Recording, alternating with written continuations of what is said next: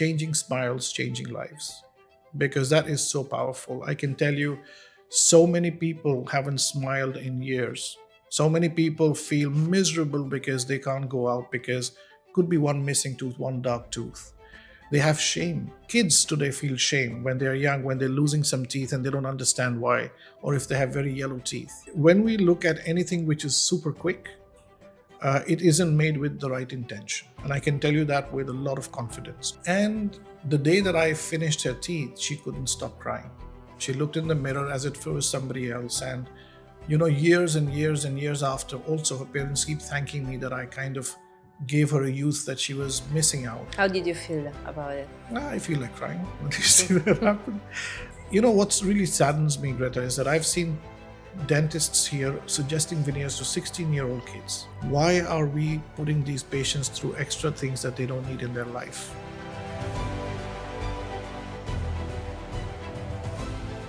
Welcome everyone to NYDC podcast chapter 1.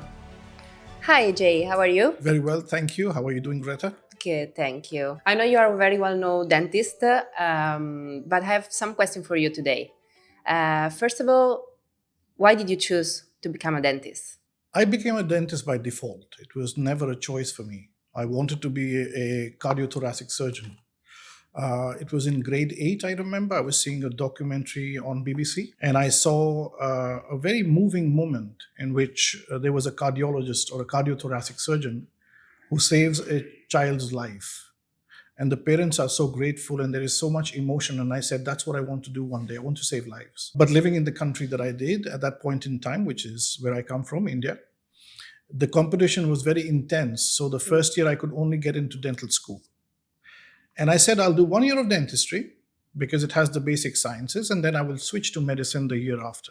And then when I went into dental school, we also had something called the dental materials class, where we started to play with wax and teeth and clay, and we started to do plaster molding and many things with our hands. And I said, this is a lot of fun. And at the same time, because we were doing things with the body, understanding physiology, understanding anatomy, I thought I'm still being a doctor. And to my advantage, I met some friends of mine who were in medicine, and I realized how difficult their life was and how much they had to spend time in the hospital.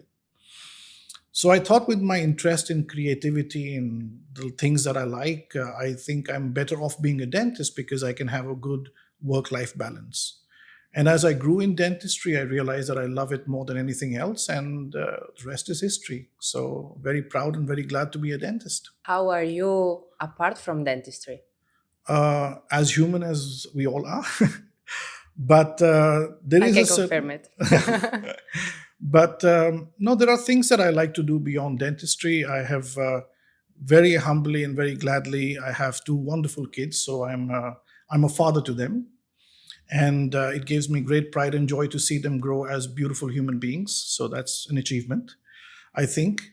But I like to be a person who has interests in creativity. Even with analysis that we did for understanding personalities, I have realized that I'm extremely right-brained, which means that I have interests in creativity, in poetry, I romanticize everything I do. So if I was not a dentist, I would be a chef because I cook every day, almost. If I was not a chef, I might have been a photographer. So I would have done something creative for sure. So I love art. I love experiencing and traveling cultures. I love to experiment and understand different cultures based on food, based on music, based on, as I said, just the right brain works much more than the left brain. So it's somebody who's a creative person at heart, who likes to work with his hands in many ways, and who loves his family and friends. And your kids want to become a dentist too? So my kids didn't choose dentistry. And I'm really, in some ways, glad, and in some ways, not so much. I thought that I come from a family of engineers, and there was nobody pursuing medicine or dentistry. So it was quite a struggle to go through where I did in the initial phase. But I had the passion and the drive to do what I did. And so I'm here where I am. But I realized about my kids that they had different interests, and my son was more on the bent of doing engineering and computers, which he's doing now in the US, studying. My daughter went to study history at UCL, great school, one of the best in the world. And she became a historian, and now she's moving into finance. So she's evolving as a person.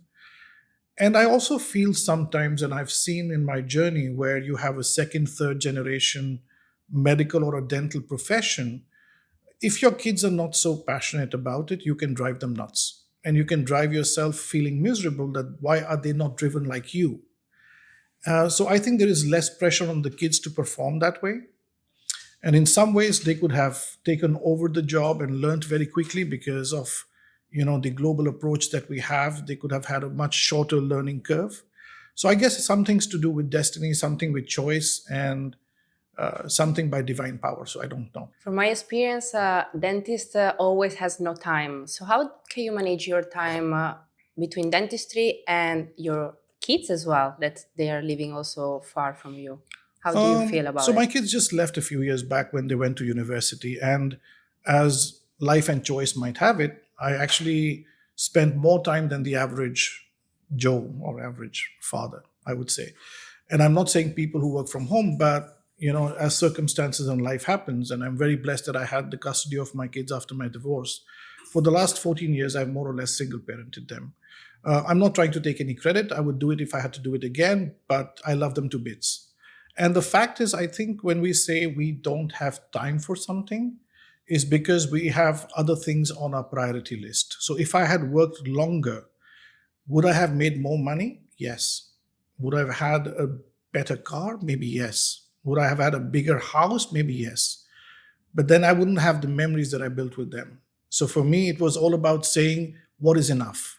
And I defined that quite quickly in my life because my father used to say some amazing things. And one of the things that he told me is, Ajay, you only become rich the day you think you have enough. So if you define your needs and you think that's enough for me and I live for other reasons, then you will not just pursue and follow and stress about money alone. You will have other things to look forward to in life. And he also used to tell me, build beautiful memories because later on you live by them. So I tried to spend time with my kids to build beautiful memories with them. So about origin and construction. I know you were working as a successful dentist, but why did you choose to open New York Dental Clinic in Dubai? So I'm very truly grateful for the opportunities that I had in Dubai, and I worked in a couple of practices before I started the New York Dental Clinic. And I have to say I was very fortunate to work in some amazing practices. I learned a lot. I met some amazing dentists and learned to work in a bigger team. But at some point in time, you have your own idea of your growth and what you want to do in life. And I realized that the core value for which I stood for in my profession was probably getting diluted in some way. And the practice was turning more corporate. And I'm not saying corporations are wrong. If there are systems in place, corporations can be good. But I just realized and I felt that there was dilution of what I think was good dentistry or responsible dentistry. And then I realized that I would like to take this vision forward by myself because it was different from where I was at that point in time. And I had a wonderful team of dentists and colleagues who I call my extended family, who I wanted to do something with, who shared the same philosophy and the same ethos, by which we still run the practice very proudly and humbly. And that's it. That was the origin of New York Dental Clinic, and we call it a clinic which does great and responsible dentistry. And that's what we stand for, and that's the core of the business. Because I know you are working with still the same people that you start with. So how many years are you working together? How is your relationship also outside the dentistry? Greta, you've been a part of some of those evenings out. Yes, that's So true. I think we have become like an extended family. And what tends to happen is not only the fact that you don't have to think and quarrel and have faith that I will be paid right, because sometimes economics and finances break relationships. We have gone beyond that. We've gone beyond the fact that we are trying to judge each other and say, is he a good dentist? Is he going to do the right thing for the patient? Does he understand what I'm trying to say? So we've gone beyond the point where we have sat down, we have talked beyond our ego, we've talked to work as a team. And I distinctly remember I was seeing this small little interview with the owner of Alibaba or AliExpress. And he was rejected from many I saw it. companies. And somebody said, "What is it that you do which is so clever?" And he said, "I'm not the most clever person. I have hired many more interesting, clever people. But what I do is I can bring them together to work as a team." So, what I think happened is that we all came together as a team to complement each other, to work with each other in synergy, because dentistry is not one discipline. Everybody does what they do really well. And we are all happy to give our patients to the guy who is going to treat it best at the office. So it's not a one-stop shop and one dentist shop for all your treatments. We are a small boutique practice, but there are specialties which we're very proud of. A lot of us are opinion leaders who lecture and teach. And to teach, you need to learn, right? So Correct. we are constantly learning, constantly upgrading our information. We upgrade our technology. We invest a lot of money in buying new equipment. But at the same time, at the core of any business like ours is the team that you put together. And I can say that we probably have, we actually have the best. This is powerful. Yeah. And what was the biggest struggles that you faced at the beginning when you opened New York Dental Clinic? I think the biggest challenge that I had was that I am very right-brained. So my challenge in my mind was, if I'm running a business, how am I going to count the money? So I'm kind of dyslexic with numbers. And that's why, when we talk about aesthetics and beauty, I don't really understand how we can proportion everything in a golden proportion. I don't understand numbers. I understand what fits well on your face. I can see an emotion, but I can't see a number. When it came to starting the office, my biggest challenge actually was, who's going to take care of the numbers and the business? And I had realized very soon that I need to have a very good financial company in place who is going to do the maths or the accounting. So I realized that I need to have a good financial company which was going to do all the finance work. I need to have a tap on it, which I do. I need to have an understanding of what I need to be fair to my friends or colleagues, because this is business and friendship is different. But having said that, I just needed to understand how I can create that balance between my right brain and learning how to be a dentist. Couple of years, 3 years down the lane into my journey, I was a bit stuck. Then I realized that I wasn't really seeing how we can grow, what we can do. Mm-hmm. And for about a year, I was coached by a very lovely business coach, my friend Charika. And I started realizing that I need to start thinking differently. In some ways, not different from the DNA of the business or why we stand for what we do, but in how we can set systems to run the office more efficiently. We then also partnered with the wonderful company Identium, which you're a part of. Ooh. And they have been very kind, and they showed us some roadmap which we can try and elaborate on and see how we can, kind of reach people out and make them understand what we stand for. We're not trying to push too hard. We just want to be heard for the right reasons. And that was my biggest challenge, how to try and create something which is a business model, how to try and take care of the finance, how to try and take care of marketing, because all I was doing teeth. Because at the end, you are an entrepreneur. So you are not just a dentist. This is very important for everyone that is listening us as well. You And are I a have to dentist say- and you are an entrepreneur. Right. And you need to deal with... And I have to say that one of the biggest challenges I ever had was how I fired the first person I had to fire. That was a big challenge for me. Because sometimes people are not in line with your philosophy or the approach that you have. And it's nothing to do with those people. They could be friends with you. But at some point in time, the business aspect doesn't align. And when you have to say a hard goodbye, it's never very easy, especially if it's coming from us.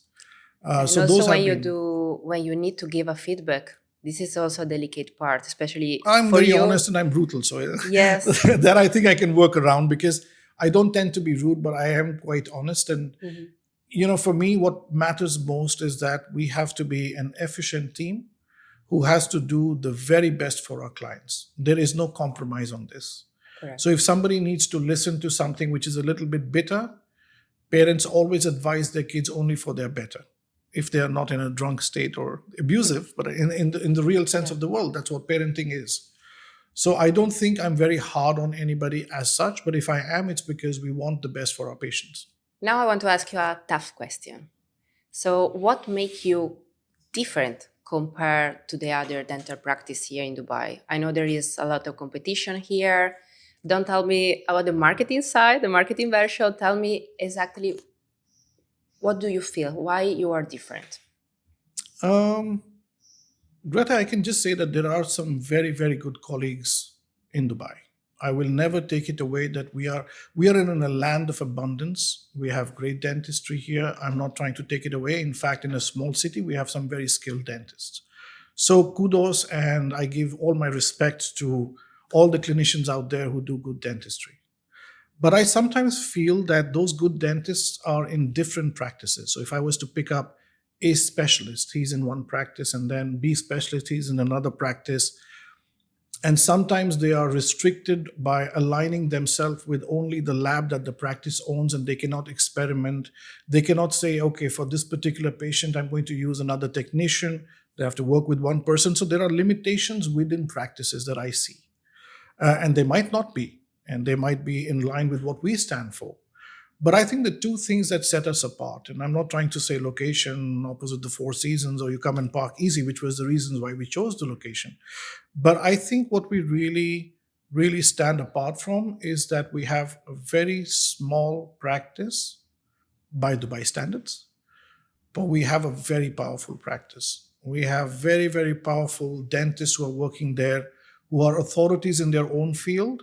They are icons of credibility globally. So the root canal specialist I have, Dr. Siju, the orthodontist, Dr. Firaz, Valerie, who's a dentist who's teaching photography in Latin America, apart from being in the gym. Caroline, who's my general dentist, Stephanie, who's a general dentist and is always on a course and trying to upgrade herself, Lali, everybody, Anvisha. All these people add a very special individual impact to the practice. And one of the things that I find that we do best is that we work together. It isn't ego that is making me take something away from somebody. We are contributing to each other's growth. And that is very, very rare, especially when you're not working on a retainer, especially when you know if I try to do some extra work here and there, I can make a little bit more money. But trust me, everybody in the practice will give the best person the job to do because he's good at doing that and that only. And that gives me great pride. If I'm traveling for days when I do for my lectures, it gives me great pride and it gives me so much solace that nobody here is going to not do what's not right for a patient. And that's always been my philosophy, what drives me. That's always been something that I've been very passionate about. And I can truly and really say, looking at the camera, looking in people's eyes, that we are a practice which really, really puts in the effort to be ethical and to do what we call as responsible dentistry towards you. So now let's talk about philosophy and approach. What is your philosophy about cosmetic dentistry? I don't think, Greta, it's just about cosmetic dentistry. I think it is whenever somebody walks into the office, and I can tell you that one of my junior colleagues, Valerie, sets an example of doing so because she, when she looks into and diagnoses a case, it is like she's reading their whole book of, records, and she's trying to examine everything very, very keenly and intensely. And why I'm stating her name is because she's the youngest of us, but she's taking care about everything to see and holistically treat somebody. And what I find is that we generally become like, let's say there's a car which has many needs, which needs repair for tires, for brake pads, for gearbox, for engine repair. And I go and say, I have a leaking radiator. The mechanic fixes it with something, with whatever, 15, 20 minutes and says you can drive. And then tomorrow I'm back in the garage. Then I'm back in the garage. So it's better to have a full diagnosis, to have a plan of what I need to do with this car, how I need to fix it from A to Z. And then based on my budget, my temperament, my priorities, I choose and do whatever I want to. And what is at the heart of the practice? And when we look at somebody, and we are not shy to tell you that this is not right for you, for your health, or for your mouth to begin with. And everything starts from the oral cavity, right? So my point of view is very simple, that when you come to our office, we are not giving out numbers because we want you to be treated. We will take your x-rays. We will spend time on you. We will do the diagnostic tools that we need to have, and we have the best. We will take all the photographs. We will check your bite. We will check everything that is needed to be checked to give you a complete global information. Not to tell you, oh, because you're here in pain, let's do a root canal. And then tomorrow I start telling you, you have 2 more cavities, you have 1 more filling. By the way, your bites very often, let's try and do orthodontics. But after the orthodontics, you're going to need some veneers. I see many practices doing that. Just trying to say, let me make what I can make today. But that is never our ethos. The principle and the way that we practice, from the youngest to the most senior person who is seeing a patient when they walk in for the first time, is that I am in charge of your health and your well-being. We are going to tell you what's good for you. We are going to introduce you to the best guys in the business for that particular job. You take it or leave it is entirely up to you. And I tell everybody in the office, please, when somebody comes, don't be shy. And they would be like, I don't think maybe he's going to go ahead with this treatment. It's been so many years. They've been neglecting themselves. And I said, that's okay. You don't have to be another one in the list who didn't tell them what's good for them. At least you will sleep with peace, and you will sleep in a way that you feel you did your best for the patient. And that's what it is. And why did you choose to be focused on aesthetics?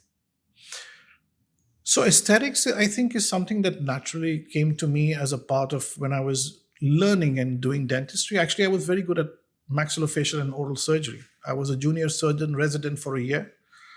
I was suturing the scalp. I was treating cancer patients with my maxillofacial surgeon, and he told me, you have gifted hands, become a surgeon.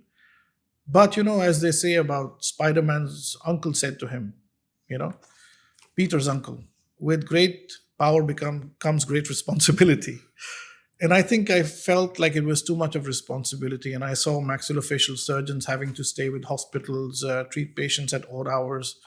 And at the same time, I was developing so much love for working with my hands and crafting something which was very delicate, minute. And I started working with resins, and I started working with color. And I thought it was fashionable. I thought it was very nice to have different colors being put into teeth and to try and see how they reproduce in nature. Connected with creativity and your art side. Absolutely. Well. So it was more to do with the fact that I felt home when I started to create a broken tooth or create something out of wax which looked like a tooth. And I was very fast. And a lot of people used to tell me, oh, I don't feel like doing my assignment. Can you carve these teeth for me? And I was like, okay, here you go. So I was doing it very fast. So I practiced much more than I had to.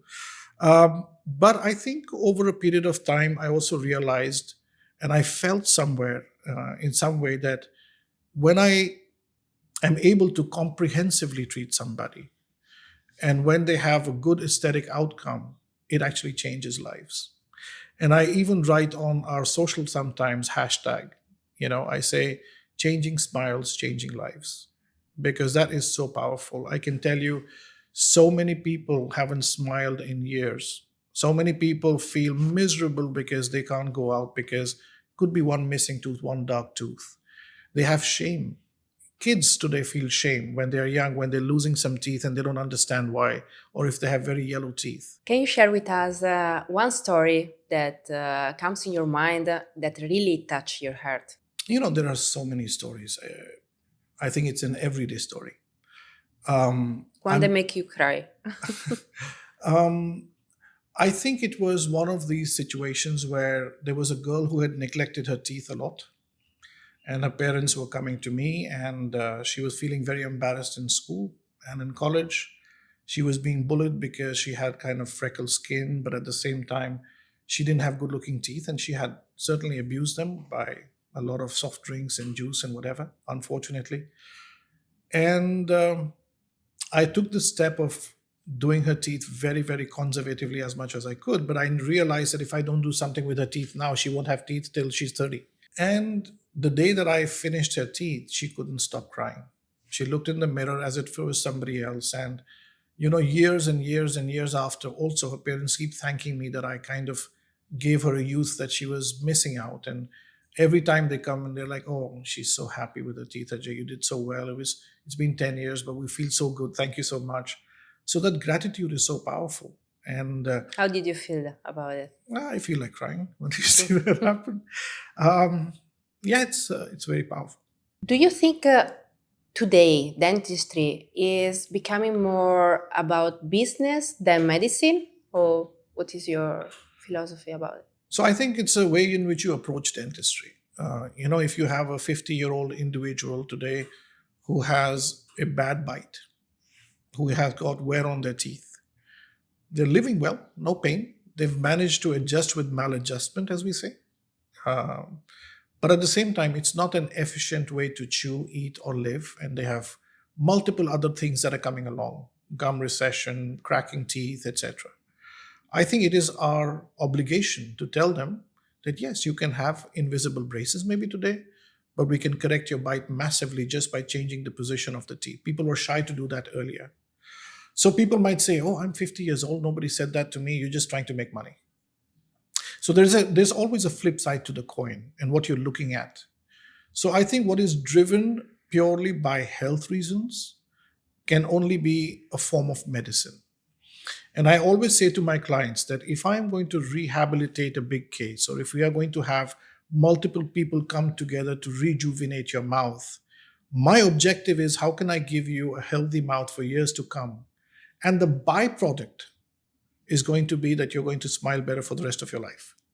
Do you get my point? Yes. So the drive behind what I like to do in aesthetic dentistry is actually that they benefit from a healthier, better mouth, better teeth, better gums, better ability to eat, chew, digest their food, Better sleeping. and psychologically feel better with the smile that comes along because they feel good about themselves.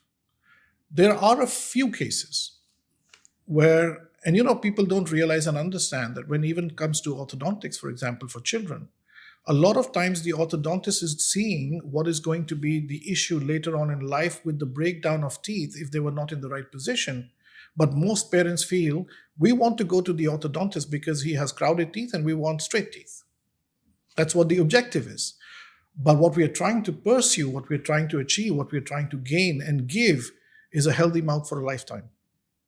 You know what I mean? Yes. But at the same time, there are some cases where it is not purely a health reason, but it is a vanity reason.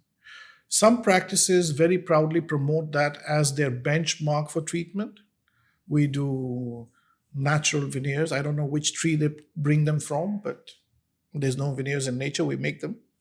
But at the same time, and I do some cosmetic, so-called dentistry or aesthetic dentistry, which is purely aesthetic in nature. But I have also seen that when you do that, you can also improve function if you understand what you're doing.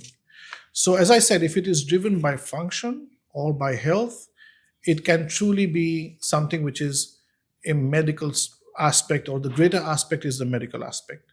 And your point of view is that it is becoming more of a business, and I see in some cases, sadly, yes, it is. I have noticed that. And you mentioned veneers, so I read about it online. Most of the time, they said also they can damage your teeth. Mm-hmm. What do you want to reply to this comment?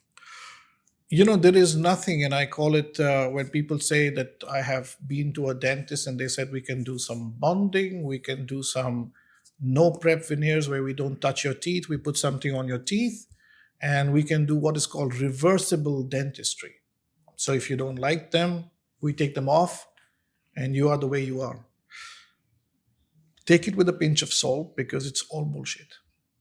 It is all bullshit. There is no reversible dentistry. Can you explain a bit better for someone that doesn't understand? Of What do course. you mean about reverse? What I mean to say is that some people go and say, I don't really like my smile. And the dentist says, we can do veneers for you. Just jumping without any treatment plan, without seeing what the patient really has or what we can do. We can cut the teeth, do veneers for you. And I hear that very commonly. Or we can do some bonding for you. And you say, why bonding? Because I don't have to take anything from your teeth. I just have to add something. But you have to understand that when you add any resin or any plastic material onto the teeth, you have to prepare the teeth for adding them on. So you're using mild acids.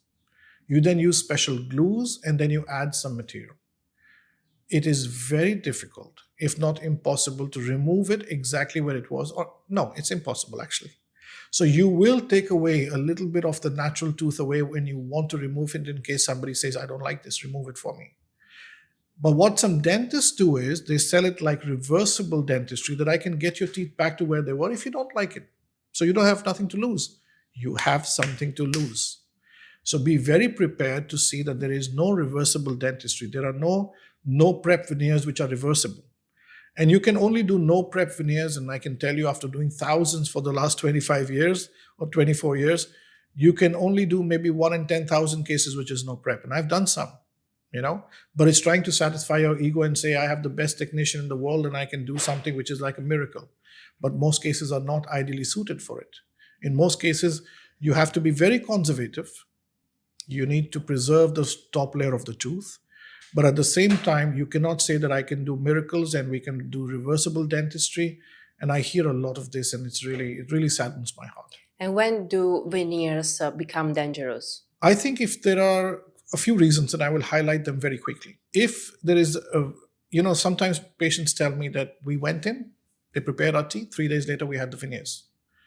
And there's a lot of medical tourism, and Turkey is blamed for one of those countries, but I can tell you Turkey has some great dentists also. One of my mentors is from there, fantastic, phenomenal dentist, charges much more than me. But the point is that when we look at anything which is super quick, it isn't made with the right intention. And I can tell you that with a lot of confidence, because no matter how you plan something, you have to look at the gums, you have to look at the health of the teeth, the bone, etc., etc. I feel where a lot of people go wrong, and I can tell you big names in the business who have called us up and said, you don't need to do orthodontics to straighten the teeth. I can cut the teeth and finish the case in 2 weeks. And we're like, but how much tooth will you take away to do that? Because there is no space between the teeth. So if you are over preparing the teeth, which means if you're not doing under a microscope or magnification and taking too much away from the tooth, the teeth become weak and they become sensitive. And that for me is a failure. And timing is important everywhere, because you mentioned that you are a chef as well. So if you don't follow the right time also when you are cooking, yes, for example, your pasta, your rice, it's not good. Yes. And the best chef in the world, they have the timing, the watch near them, no? They when it comes to veneers or doing big reconstruction or any orthodontic treatment, I always say this is slow cooking. There's no fast recipe, Best food, by the way. Best food, by the way, absolutely. The traditional way. But from what I'm coming from to your question is, when do veneers go wrong? If you are going to very aggressively chop the teeth down, if you are not good with your procedures of how you glue them, if you're using poor labs and those laboratories are not giving you a good result by which you have plaque and bacteria accumulating between the veneers and causing sensitivity, pain, or bleeding gums, which is a very common thing that you see. And I think some veneers also have what I call an aesthetic failure, because there's no planning, because there's no discussion with the patient, because there's no simulation, because the patient doesn't know what to expect. There's a big promise gap between I can make your smile look nice and now this is what you have, take it or leave it. There should be no promise gap. And that's why we take a lot of pride in setting up a protocol where when you come to us, we explain how, in which way can we approach your teeth to be minimally prepared, just like with magnification. And sometimes it's so strange, but our patients even don't need temporaries because we don't take anything off much at all.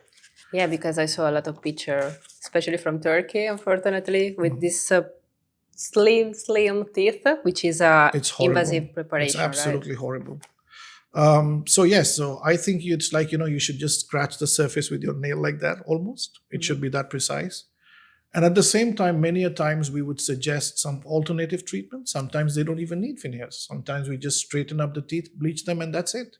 Sometimes you just have a small gap and you just do some bonding, What's really saddens me, Greta, is that I've seen dentists here suggesting veneers to 16-year-old kids, suggesting veneers for people who have a little bit of gap between the teeth, which can be corrected in 4 months with invisible orthodontics.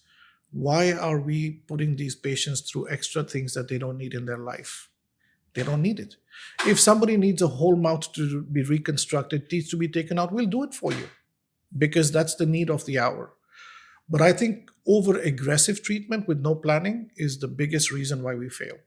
I think most of the young people that does veneers is because they smoke cigarette or drink coffee, so they want to cover permanently the bad color, let's say. What do you suggest to them? Like, if you do your veneers when you're very young, and then you keep smoking and drink coffee a lot, what they can do? How they prevent the failure of a veneers?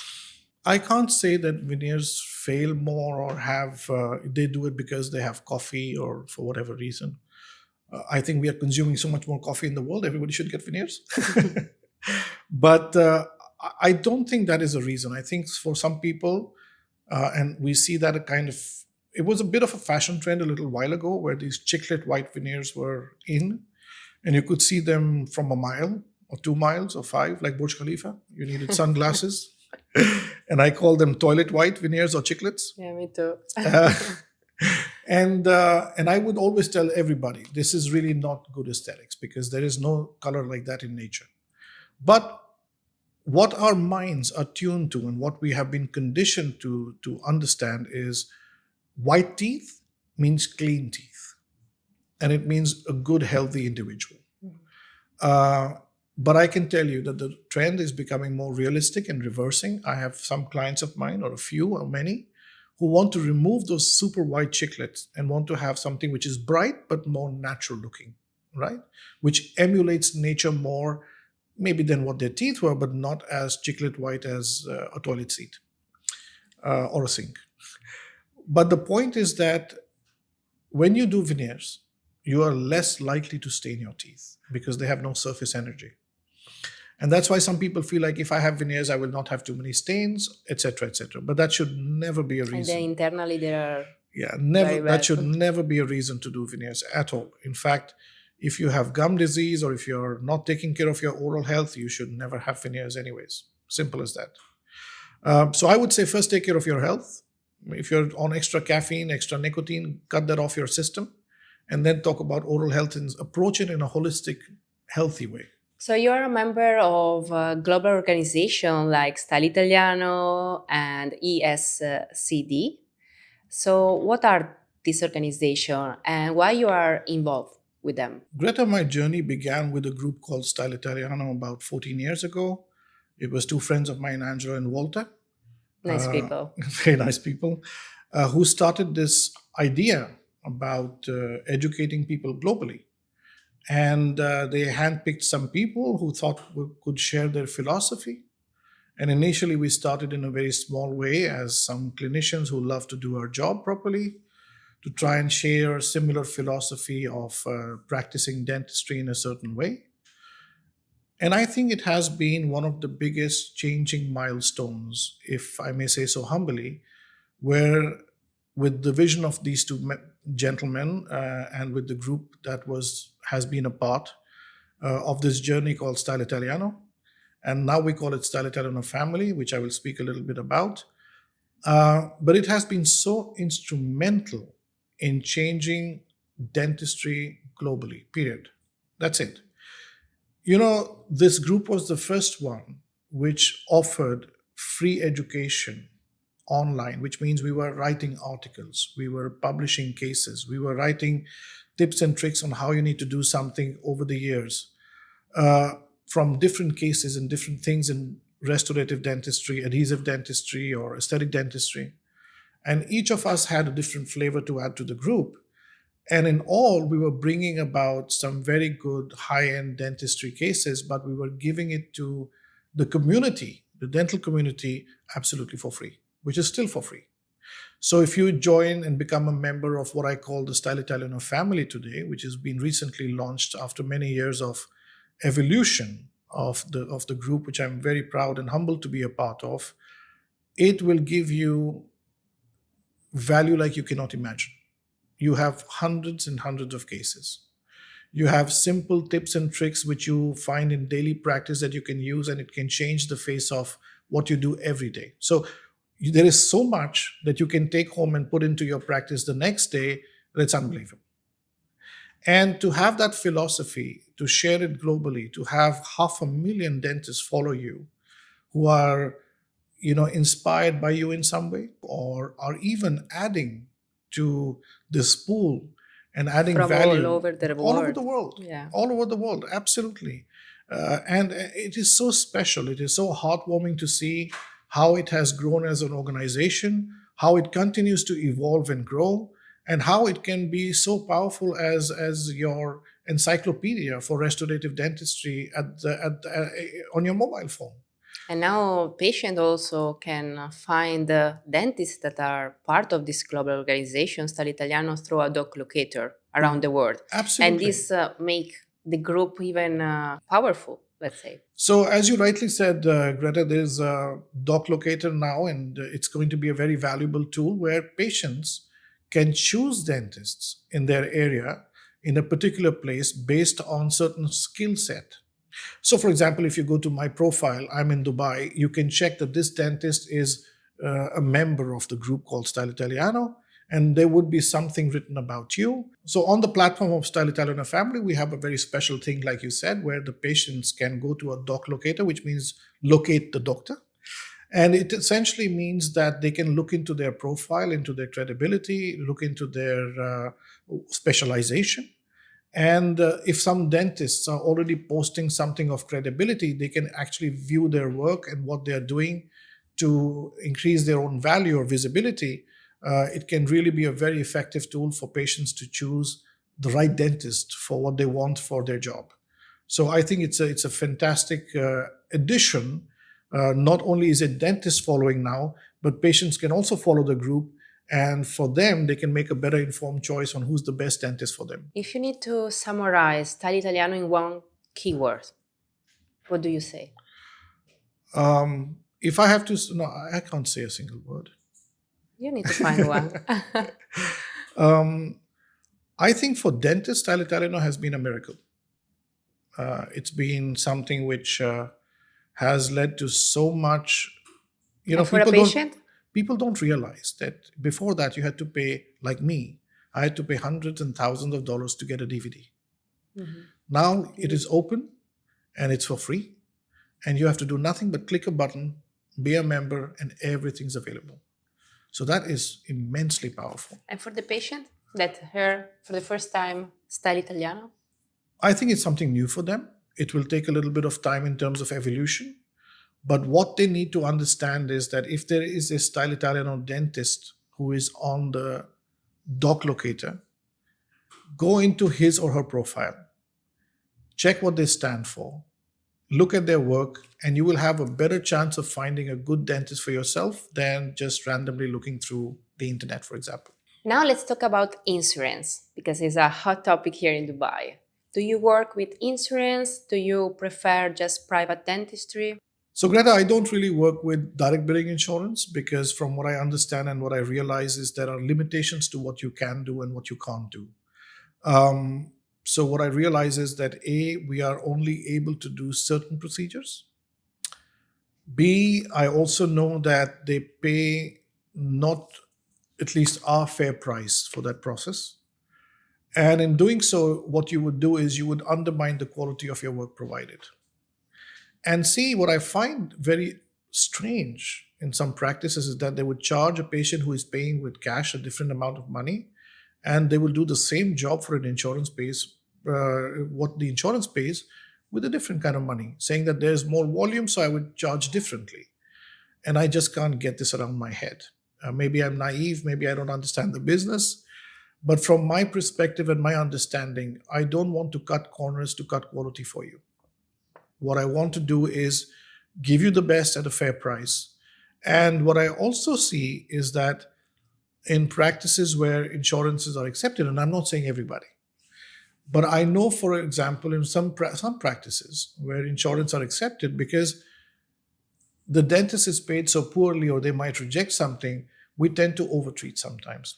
In the sense, I might need one x-ray, but I will do 5 because I can make money on the x-ray because it's covered by the insurance. Here, we are not driven to do that as such. We are very conscious of what we're making our patients spend and try and do what they have to do. If they have to do the whole mouth and spend 100,000, yes, for sure. If they have to spend not even a single penny, they shouldn't. It's as simple as that. So I think it's just being fair to ourselves for what we provide and to be very transparent in our dealing with our patients and clients. It is not that I stand for something else today and I stand for something else tomorrow. It just doesn't work in my mind. Now let's talk about perfection and the result. How do you achieve the best result and the perfection per each patient? There is no perfection in nature. I'm not perfect. I'm very human and I make mistakes every day. So I'm humbly accepting that I make mistakes. So I make less and less with experience, with knowledge, with upgrading my skill and information. And I never rush into any treatment. So what I like to do is I like to have a complete, detailed, deep dive diagnosis. I like to sit over it, understand it, simulate some kind of result that I can have digitally first. And then I call the patients in to do an analog test drive of what we're trying to achieve. So we first take something which is just data and we convert that digitally into some kind of 2D and 3D format. We then convert that into something that we test drive in your mouth and we show you what the result's going to look like and we fine tune it. So this takes time. And that's why I really can't comprehend and understand why you have quick fix dentistry and the whole mouth being done in 3 days, because there's no planning to it. Once you've achieved that and you've done a test run, sometimes you need to run this for a longer period of time, depending on the patient. Sometimes you need to refer to another specialist to treat before you would treat them, and you need to suggest that. But at the end of the day, when it comes to doing something which is aesthetic or restorative, diagnosis, digital planning, physical simulation, which means not only showing something on the photograph or on a particular application which makes your smile look better. And I have certain protocols and algorithms that are very much what I teach globally, which are unique to myself and my set skills and my learning and my ability to have less of a promise gap between what I tell my patients I'm going to deliver and what I deliver at the end. And then choosing the right materials and then choosing the right technician.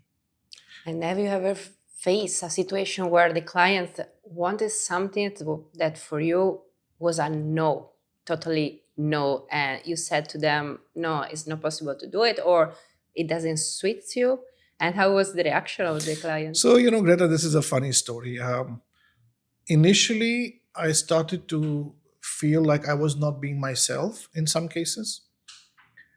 And one of my very wonderful patients told me once, Ajay, I'm paying for my teeth. I know what I want. Get over yourself. I couldn't sleep that night. And I thought she was offending my intelligence. And the next day I woke up and I said, who am I? I can only suggest. But if they want, and this is not about compromising on health, it's probably suggesting something which doesn't look that white and they want something that white, for example, right? But at the same time, what tends to happen is that there have been some patients who I have not understood their mindset. They haven't understood mine. So there is going to be always a promise gap what we can deliver in. There sometimes is a suggestion for working at a certain price point that I just can't. So that becomes a factor to choose. Is he the right person or not? And for those reasons, we have said no to some clients and sent them to somebody else and referred or said, there's a better guy who's going to treat you.